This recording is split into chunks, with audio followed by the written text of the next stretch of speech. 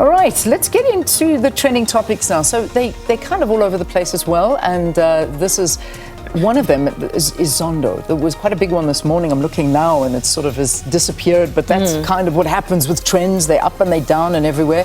So I'm just reading the first one that pops up under this trend, and it seems to come from Matelo Coco saying, access to the courts and resolving disputes timely go a long way in the administration of justice. There is no reason why I still don't have the answering affidavit from Chief Justice Zondo and the Commission more than 15 months after launching my founding affidavit for the review of the state capture report. So that's one of those that have jumped up. And I think he was doing an interview last night, Justice Zondo, with JJ Tabane. So this is why a lot of people are talking to Zondo. And I'm sure a lot of other issues came up. That's just the one I'm seeing. Yeah, there was also some of the things that he mentioned during that interview that also got people talking.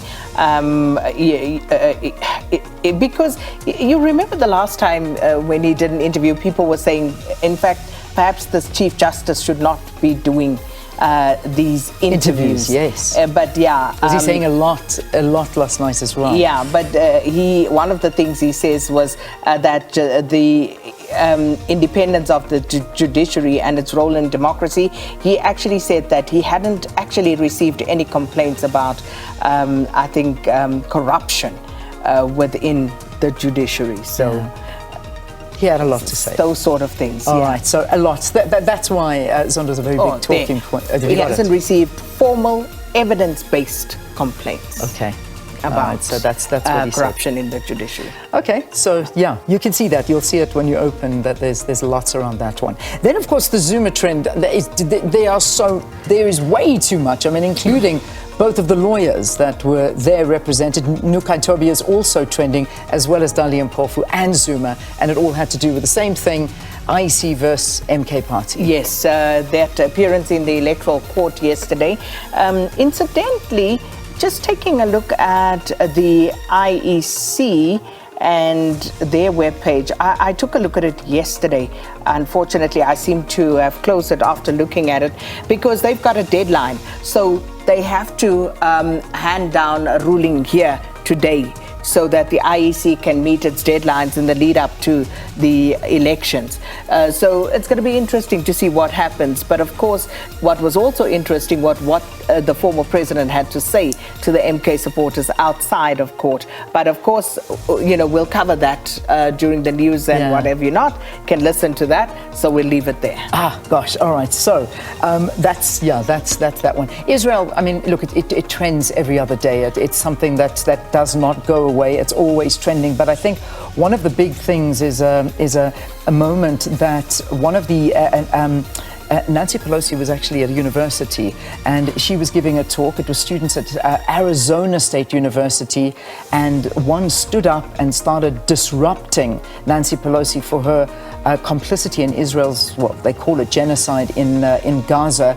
The blood of over 15,000 Palestinian babies is on your hands, is what this student stood up and said. And he was talking to family that are living there. So that's one that pops up. You'll see that one. And then also Israeli soldiers with the aid workers, the issue there in Gaza.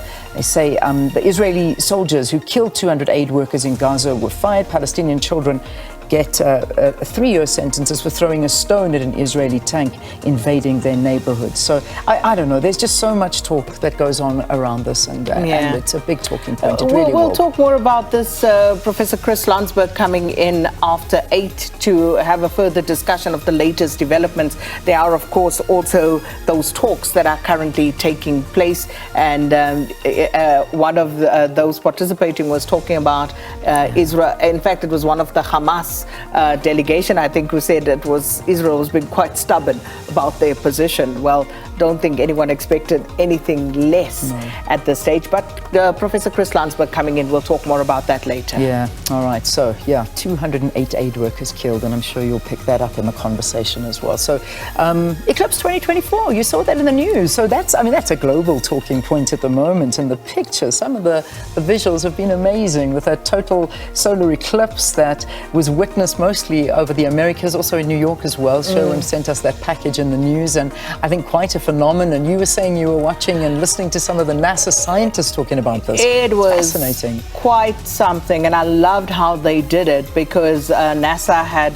put up this broadcast center, as it were, in Cleveland, and they were, of course, expecting total eclipses, total blackouts in certain areas, and it was just fascinating to listen to what those NASA scientists had to say, and also just see it happening.